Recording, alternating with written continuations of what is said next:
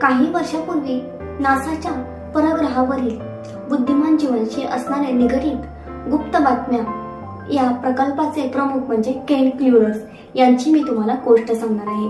Kent क्लुरस यांनी भौतिकशास्त्रातील doctorate पदवी मिळवली होती आणि त्यांनी ते सॉफ्टवेअर बनवत होते की ज्यामध्ये त्यांना आकाशवाणीच्या लहरी शोधून काढून त्यामध्ये या विश्वातील जैविक गोष्टींचं अस्तित्व या जगासमोर त्यांना मांडायचं होतं आणि त्याच्यासाठी त्यांची धडपड चालू होती.